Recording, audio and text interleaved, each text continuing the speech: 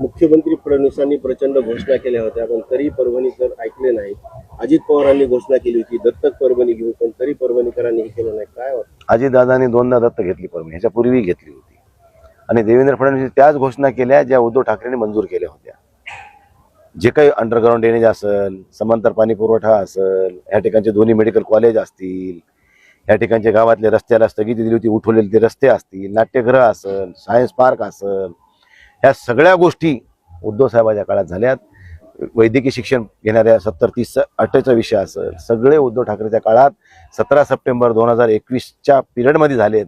फक्त हे नीती अडवून ठरले आणि आता निवडणुकीच्या तोंडावर रिलीज केले आणि ते दाखवले की आम्हीच केले, असा केविलवाना प्रयत्न भारतीय जनता पार्टीने केलाय. भारतीय जनता पार्टीने खरंच जर विकास या परभणीचा केला असता तर लोक तुमच्या मागे उभे राहिले असते, आमच्या मागायला काय जेवायला आले असते का ते लोक. पण तुम्ही केलं नाही. फक्त तुम्ही बोलायचा भात आणि बोलाचीच कडी, फक्त वेळ काढून न्यायचं आणि दिशाभूल करून आपले मतं झोळी भरायची, हे धंदा भाजपने आजपर्यंत केलाय. आणि आता तर पैशाच्या जोरावर चालू आहे. त्यामुळे पैशावर सुद्धा लोक तेवढे भुलले नाहीत त्यांना. परंतु काही ठिकाणी थोडा प्रभाव पडलाय, त्यांना त्या जागा मिळाल्यात. आम्ही आधीच म्हणायचं की शिंदेचं खातं खुलत नाही, भाजपला 2 आकड्याच्या वरी जाता येत नाही. शेवटचा प्रश्न, जिल्हा परिषदेमध्ये शिवसेना काँग्रेस बरोबर आघाडी करणार आहे का? असं आम्ही महाविकास आघाडी म्हणून जिल्हा परिषदेला सुद्धा लढणार आहोत. यामध्ये कुठेही मनात कोणाच्या शंका कुशंका असण्याचं कारण नाही आहे. बैठका होतील, सगळी चर्चा होईल, खासदार आमदार आम्ही सगळेजण बसू, त्यांच्या पक्षाचे कोण कोण प्रमुख आहेत ते बसू, राष्ट्रवादी आदरणीय शरदचंद्र पवार साहेबांचा पक्ष असेल त्यांचे कोणी असतील ते बसू, सगळेजण बसून समन्वयानं, जशी आम्ही महापालिका लढली समन्वयानं, तशीच निवडणूक जिल्हा परिषदेची सुद्धा आम्ही समन्वयाने लढण्याचा प्रयत्न करू, एवढं आपल्याला सांगितलं.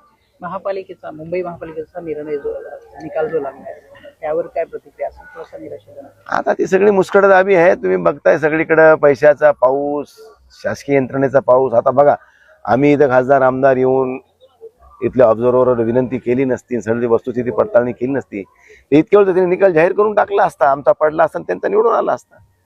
त्यामुळे सगळं काही ह्यांचंच चाललंय ना, छोट्या छोट्या गोष्टी सुद्धा. त्यामुळे हे सगळं बघण्याची गरज आहे. निवडणूक ही लोकशाहीच्या पद्धतीनं व्हावी, लोकशाही मार्गाने व्हावी. हार जीत ही अपेक्षित असते. मैदानात उतरलाय कुस्ती खेळायला पैलवान, एक जिंकणारं एक हारणारं हे सत्य आहे. परंतु जिंकायसाठी काही करायचं, कुठल्याही थराला जायचं, यापूर्वी कधी नव्हतं. एवढी भाजपची भूक असेल मला कधी वाटलं नाही. की पहिली वेळेस आम्ही बघतो की राज्यामध्ये भारतीय जनता पार्टीला देशाची सत्ता असो, राज्याची सत्ता असतो, गाव पातळी सत्ता असो, सगळ्या ह्यांनाच पाहिजेत. मग निवडणूक कशाला घेता? आम्ही असे भरले फॉर्म, आम्ही आलो निवडून म्हणून जाहीर करून टाका, संपला विषय. कशाला गरीबाचे कुटुंब उद्ध्वस्त करता? गरीब परिवारातले लोक थोडेसे पैसे आणून इकडून तिकडून निवडणूक लढवायला आहे, आणि ते जर पराभूत होणार असेल तर निवडणुका न घेतलेल्या बऱ्या. चला.